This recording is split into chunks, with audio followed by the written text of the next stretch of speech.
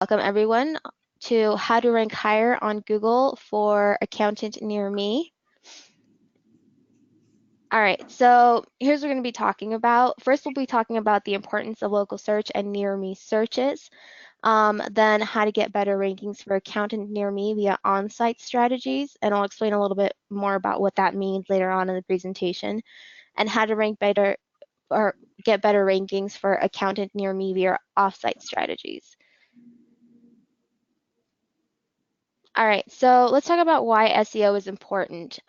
First of all, over 500 websites are created online each minute, and over 75% of clicks are from what we call organic listings on a search results page, and I'll go in a little bit more detailed on that. And 85% of searchers will actually not go past the first page of results. Instead, what they will do is they'll go back and refine their search. And at this point, Google is pretty good at guessing what it is that searchers mean. So it's very unlikely that people have to go back and refine their search more than once to find what they're looking for. Also, today there are more people searching online for local services than ever before. So there's 900% growth in quote near me searches in the last few years. And it's becoming critical for your marketing because you need to appear when people search for your services. Also, mobile users want to act and buy swiftly. So by appearing in search results, you become more relevant to consumers' needs in the moment.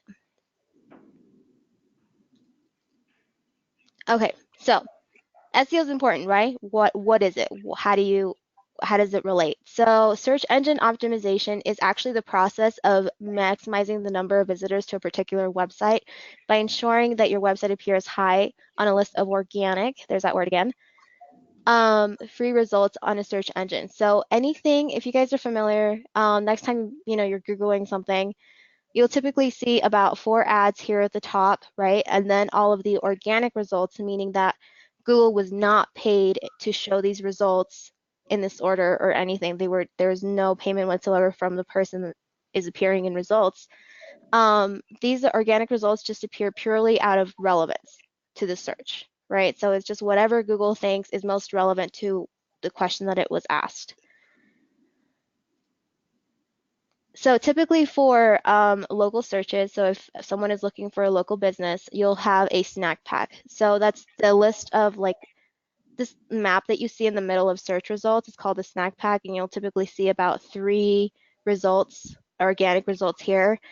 Google sometimes plays around with sneaking a few ads in here and there, but you'll know because it'll say ad, but usually you'll just see the 3 results here. And then underneath, you'll see what we call your organic just listing results, right? These have been around since Google started. It's the blue text with green and then a brief description in gray below so that you know exactly what page you're clicking into. All right, so now that you guys are kind of oriented to see what SEO affects and where it shows up, let's talk about on-site strategies. So first, SEO is made up of 2 components, on-site optimization and off-site optimization. On-site optimization are things that you do on your website in order to improve your rankings. So John is actually going to talk a little bit more about that in a minute.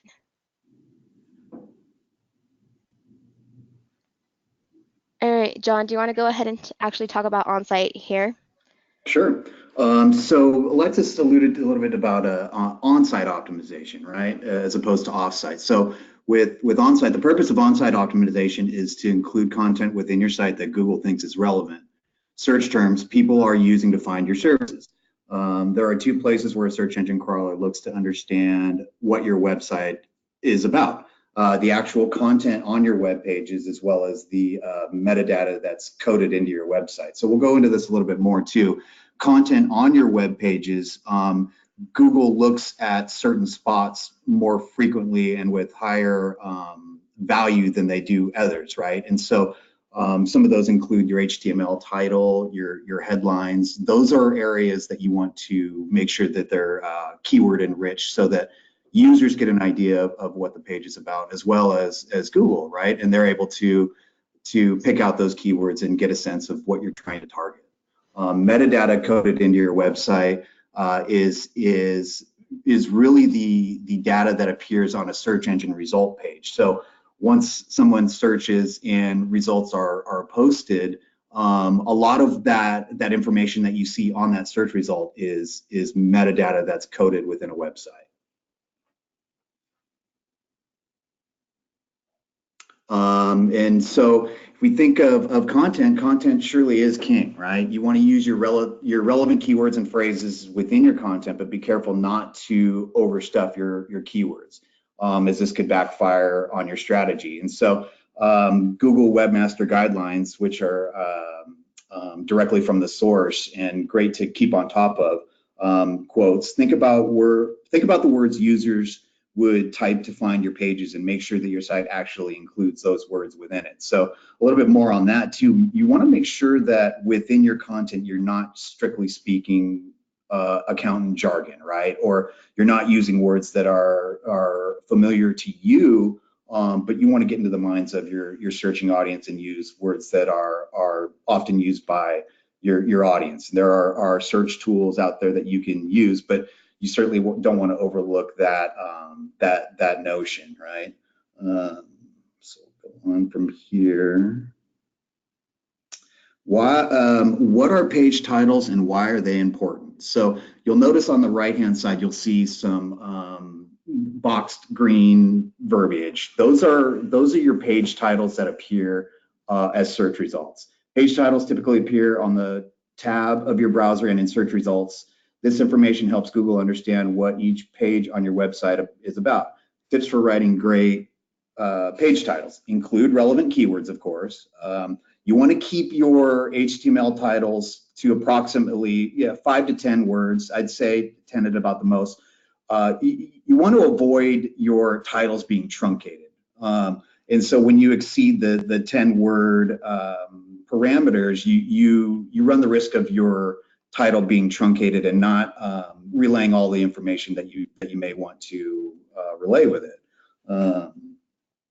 And so search engines, they gather keyword data from your page titles. So your page title should be specific to the page and feature your most highly converting keywords along with your main business location. Your title's important for two main reasons, and I've kind of gone over a little bit, but your title tag shows up in the search results, thus it needs to encourage people to actually click on it, right? And it also needs to be keyword enriched to let search engines know what the actual forthcoming page is about. So the HTML title is one of the bigger elements that has a direct say of whether people click frequently to your search result or not. Go to the next one. So meta description. So if you look at the right-hand side, you'll see the aforementioned titles there in blue, but now you'll see new boxes, right? And those boxes are highlighting your meta description. So meta description is coded onto each page and will appear in search results as gray text, as you see there. Meta descriptions act as a preview of your web page's content and can incentivize searches to click to your website. Tips for writing great meta descriptions include, obviously, including relevant keywords, maximum of 300 characters, and you're going to want to use the same keywords within the content of your meta description as well as that page that it's pointing to. And again, you want to concentrate around that 300 character limit. If you look at the third result down here on the right-hand side, you'll notice that it's truncated up one, where the 19 best San Francisco tax services, you'll see that their meta description is more than 300 characters and it's thus truncated. So it's not necessarily showing a complete thought. It's not including an incentive to click, and it's kind of cut off. So good rule of thumb is to stay within that 300 character limit so that you can have a complete sentence in there and not missing data. Okay, so now we'll go over the importance of local search plus near me searches. So SEO is made up of two components, right? And Alexis touched upon this a bit ago: on-site optimization and off-site optimization. On-site is the things that you do on your website and its pages to improve your rankings. Off-site is, again, not on your site, but off-site optimization that helps your rankings, but occurs outside of your actual website, right? So That would include backlinks, business listings, social media websites, blog guest posting, et cetera, et cetera.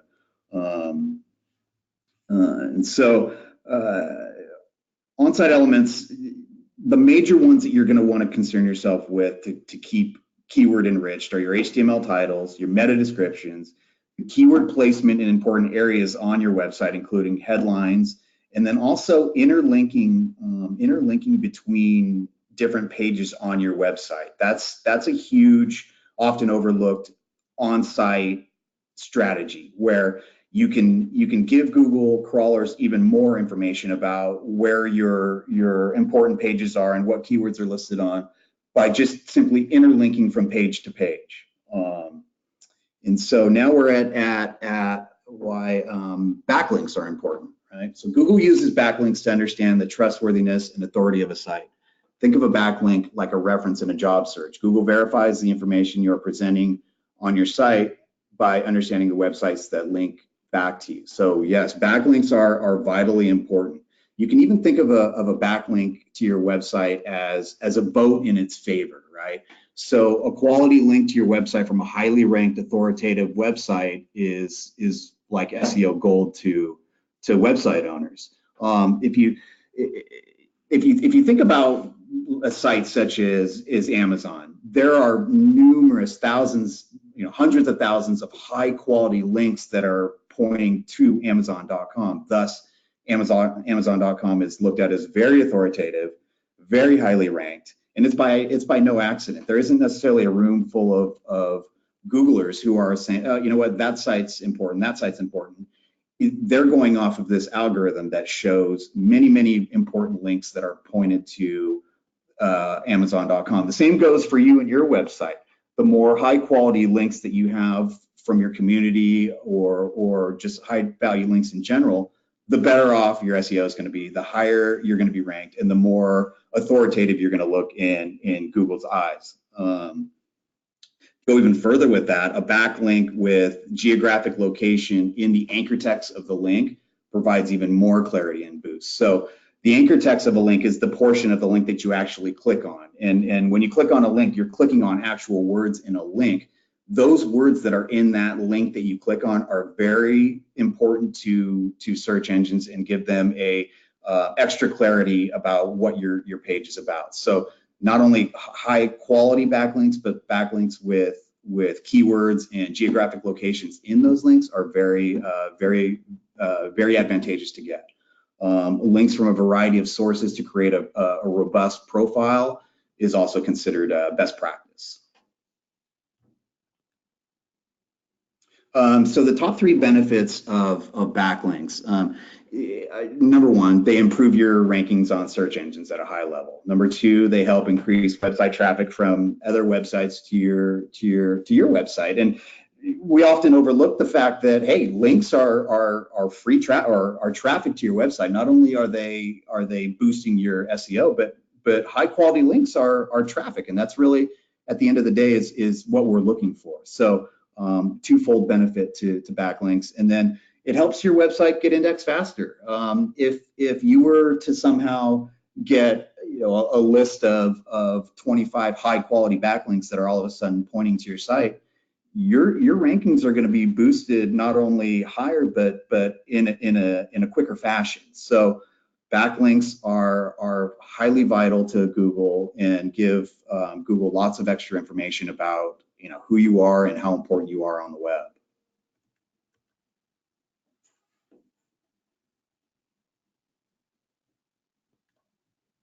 All right, so optimize your business listing on online directories. This is an important one too. There are countless online directories that will list your business's information. To ensure maximum visibility on search results, ensure that you have consistent information and claim your profile across top online directories. I can't overestimate that notion enough, to be consistent with your contact information across the web.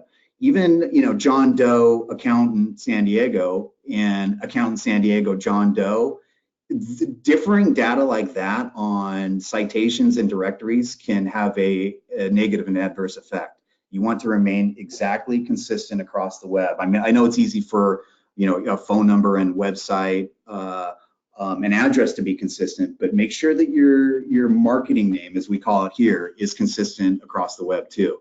So steps to take to claim your listing: visit a particular online directory, search for your business name, and click claim this listing. Complete your profile and include as much information as possible. Example, your phone, website, URL, services, hours, and description of your business. Ensure that your name, address, and phone number, we like to call that NAP data here, are consistent across all profiles. I cannot overestimate that enough. Again, they have to be consistent in order to boost your SEO. Stand out in search results by uploading photos and videos on your listings and website. That too, right there, is a major strategy when it comes to Google My Business, right? If we're talking about business listings and online directories, perhaps the most important one is Google My Business, right? And so by creating by creating your profile, that's a great step, but it's not enough. It kind of puts you in the mix of, the thousands of others or your competitors who have simply created their Google My Business listing. You're going to want to optimize it. You're going to want to add images. You're going to want to add a robust description to it. You're going to want to add your hours of operation. You're going to want to talk about your area in your description, and most importantly, you're going to want to get great reviews to that Google My Business listing, right? Getting great reviews is a major teller to Google, and when you're getting it to your official Google business profile, I mean, what's better than that? So those reviews will go a very long way in proving your authority and boosting your SEO, right? If at the end of the day, Google wants to get it right and post the right businesses and show the right listings so that our searchers' questions are being answered, they're going to want to look to the most robust profiles. They're going to want to look to who has the most high quality backlinks. They're going to put all of that information together to feed first page rankings. And a recipe for success is to build out those profiles in a robust manner and to continually add content that's shareable on your website. But so at the end of the day, fill out those business listings and optimize them as well, making them as robust as you can.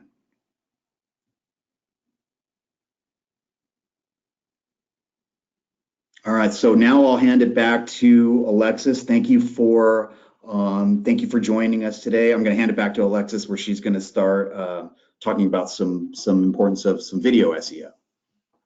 Yeah, thanks, John. So, John already kind of hit on this by, making sure that you want to add content to your Google My Business listing. And one of the things that is actually becoming more important across, whether that's social media, your content on your web pages, or, now listings, is video. So, just to give you guys some stats on video, you're 53% more likely to show up on Google's first page by including video on your landing page, your website landing page. So, that means that video content is viewed more favorably when optimized correctly. And there are things that you can do on your web page to optimize your video. There's special markup that you can add to your video so that it's more likely that it appears in search results, and thus improves the chances that people will go from whatever search your video appeared as a result for to that web page. So you'll want to make sure that your video doesn't slow down your site as well, though, because it can actually increase your bounce rate and decrease your rankings. So there's ways that you could do that to make sure that it doesn't slow down your website. Generally, what's done now is the video is just uploaded to YouTube or some social media platform like that, and then embedded. What that does, it just makes it more consistent so that regardless of what device people are using to watch the video, there won't be any interruptions. Once upon a time, people would upload the file directly onto their website, and then depending on what device you were using, it may or may not play. So, just best practice, upload it to some social media, preferably YouTube, and then just embed it onto your web page. You can also upload directly to your Google My Business page. So whatever you have on YouTube, you sometimes shared a channel with your Google My Business for the same page, so you can actually share the video in both places. Another stat, your search traffic can actually double if there's a video thumbnail in search results, meaning that people are more likely to be drawn to moving images and potential or moving images and potential moving images versus simple text. So um, I mentioned before there's specific code or markup that you can put on your video once it's actually living on your site, right? What happens is Google goes and finds that markup or that code and it takes it and it creates a little thumbnail, a little picture, and drops it into search results. And so what it'll do is that people will actually go, as they're going through search results, they'll notice that because it looks different than all the other search results, right? Anything else may look with just like the blue text with the green URL underneath and the gray text. So it stands out. Um, so what that means is that it actually increases visibility to that result, which makes it more likely that people will click on that result, meaning you'll get more traffic from search because people are noticing that result. See what I mean? Um, and then another stat is while only 20% of people will read text on a page, 80% of them will watch a video. I mean, it's no secret. Everyone just prefers to have to be told what's on there rather than reading it, right?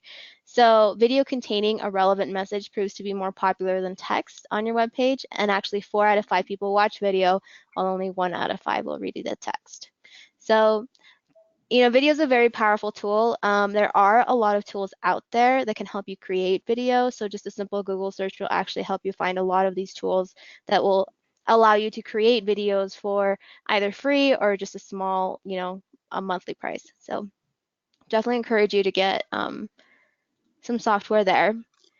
Um, okay, moving on to common mistakes to avoid in offsite SEO. I did want to point this out because we really just want to drill into this is there are definitely a lot of mistakes that you can make in offsite SEO, particularly with business listings, can make all the difference for a local business.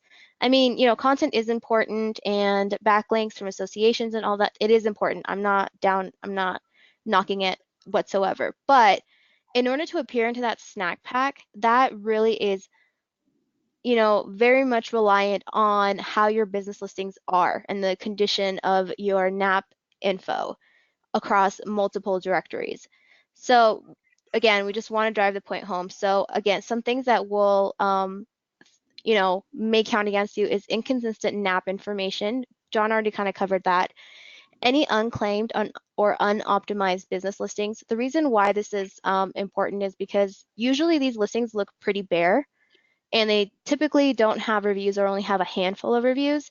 And so people are less likely to trust it, right? If you see a listing that doesn't have any pictures, the name is kind of scrambled, and there's a phone number and an address, but that's all you know, you're probably going to move on just because there's a little bit of like untrustworthiness about that. Um, and speaking of trustworthiness, anything with no reviews is going to be a big one. John already definitely mentioned it, but reviews are very important because it really just establishes that you are a trustworthy business. Like our photos and videos, people want to get to know you. They want to put a face to the name. So having this on there is very important.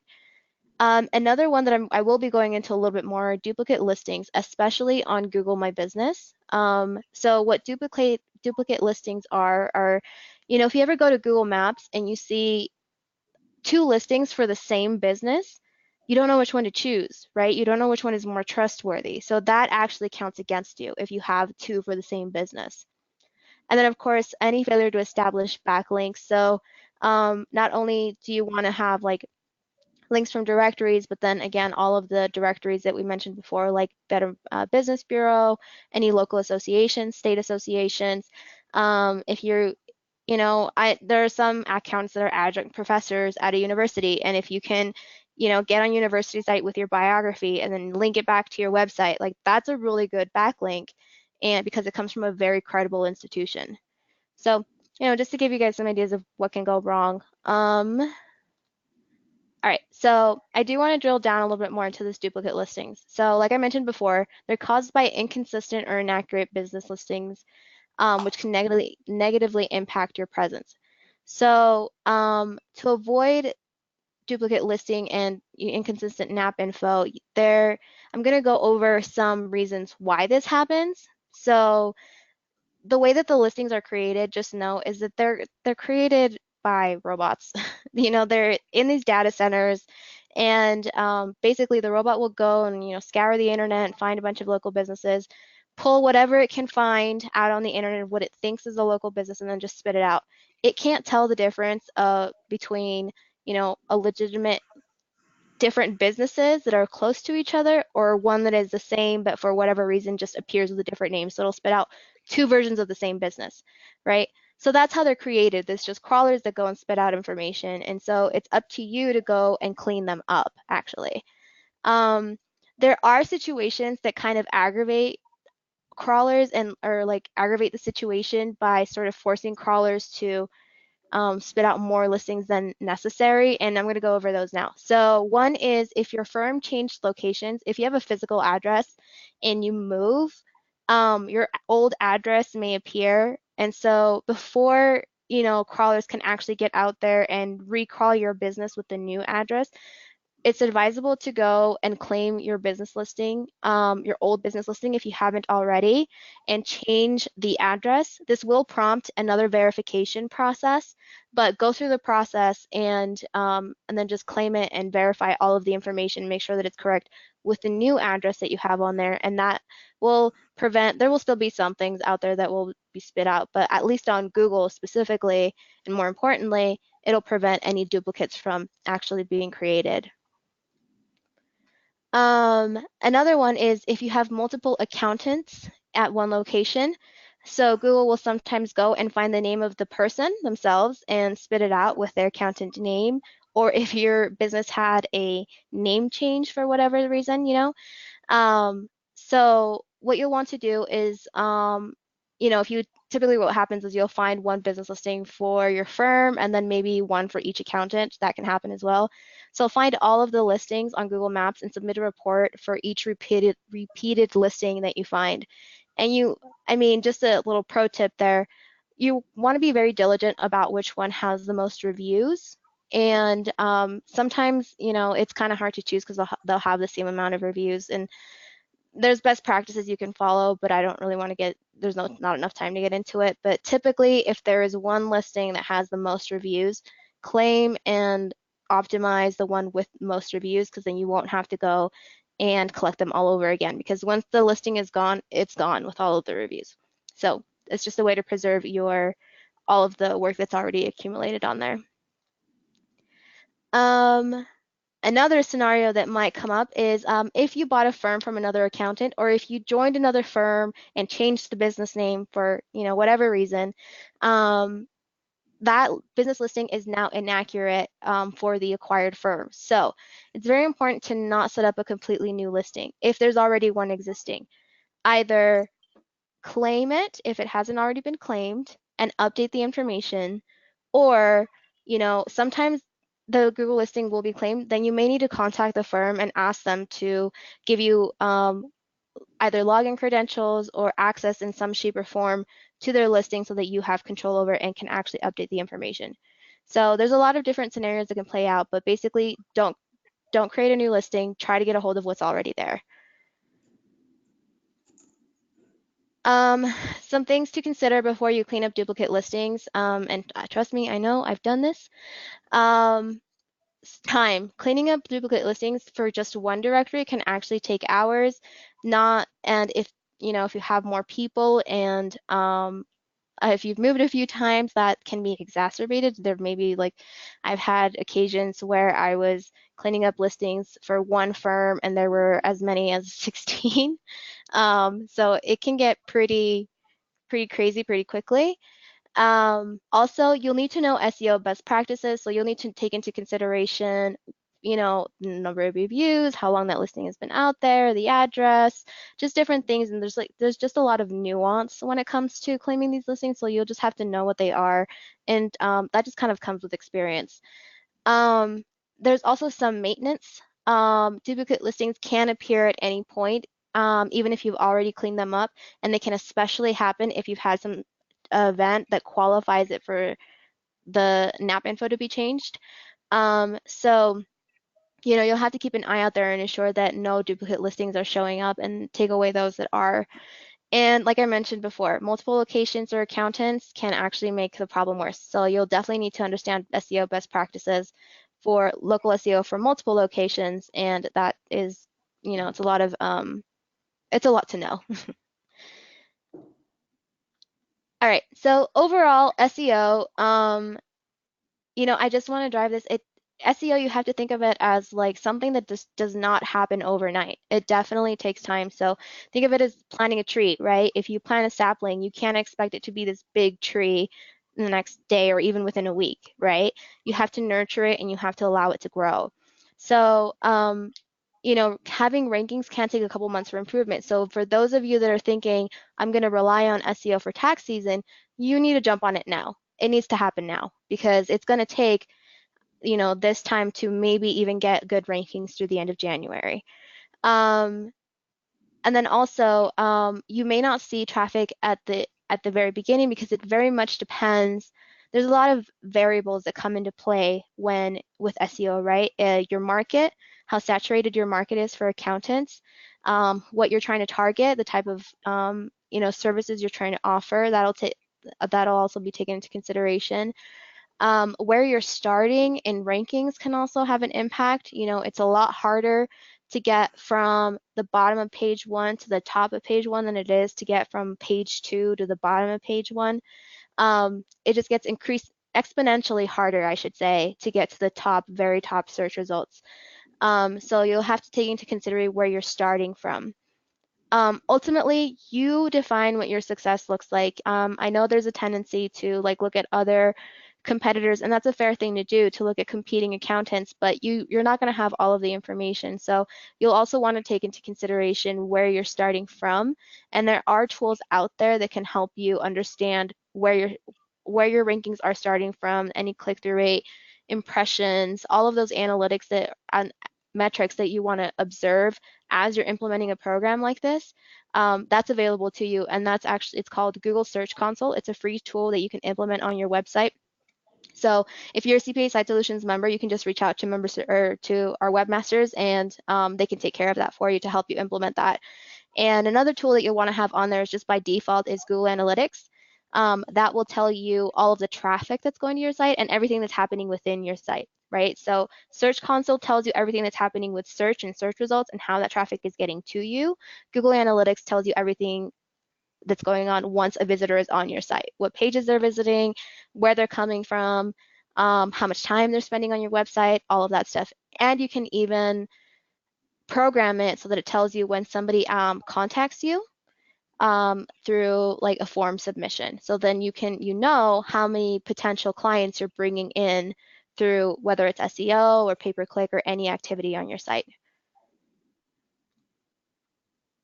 All right, so let's go over, just wrap this up. Know that SEO works gradually to elevate your position in search results. Um, when Google ranks a site well in search results, it lends credibility to the company and its offering. So that's another reason why SEO is important. And it enables you to reach users who discount paid advertising. SEO has two parts, on-site and off-site. We covered those. Anything that happens on your site is on-site optimization. Anything that happens around your site with business listings and backlinks, that's off-site. On-site optimizations includes adding keywords. You'll need to do potential keyword research to find out what those keywords of interest should be for you, along with whatever aligns with your marketing goals. So if there are services that you want to push, make sure that your keywords align with whatever services you're wanting to market. And then you'll want to include that within the actual copy on the site that you see as you're looking at a web page, and the metadata, because the metadata actually gets pulled into search results and tells people what they're about to click into and incentivizes them to click onto the page. Offsite optimization includes attracting links from other sites, and it's a vote of confidence from Google whenever you can get one of those to your site. So if those that are relevant increases trustworthiness and authority for your website. And it also includes, again, cleaning up duplicate business listings on Google, especially, and then also on other major directories that were included on this presentation. Okay. All right. So I know that was a lot. And So we're going to give you guys an opportunity. I think there's a couple of questions that came through as John and I were presenting, but if you go back and go through the presentation and decide that you have questions, please do not hesitate to reach out. Where an internet marketing advisor is there for you to help answer any questions that you might have to see if SEO is important. I would say if you're really considering SEO, move on it now because we're going to need time to get everything in place so that we're ready for tax season, which is, it's coming, guys. We all know it. I'm sure you're still feeling the stress. And also, if you have any questions about, pay-per-click, if you want to advertise on Google, that can be a supplement to search engine optimization as we're getting the campaign sort of ramped up. And then, of course, there's social media and website design. If you have any questions, we can help you cover those as well.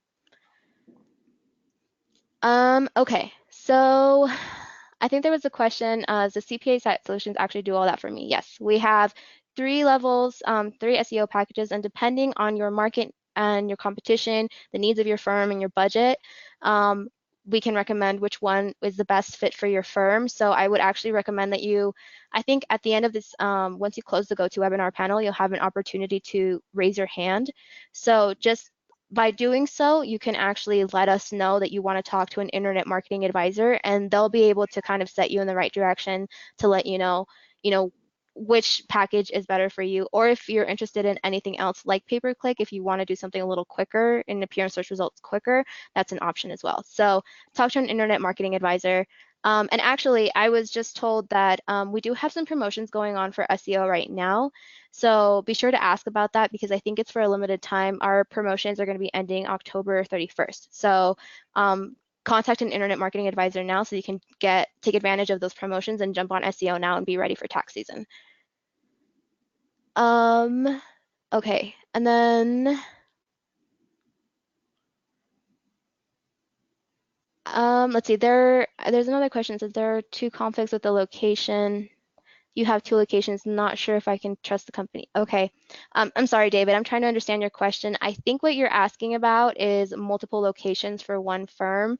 So I would recommend that you actually, honestly, talk to an internet marketing advisor if you can't. And then also just understand where you stand with like duplicate listings because if I'm understanding your question correctly and you do have multiple locations, you're probably going to have a lot of mixed up information in your business listings.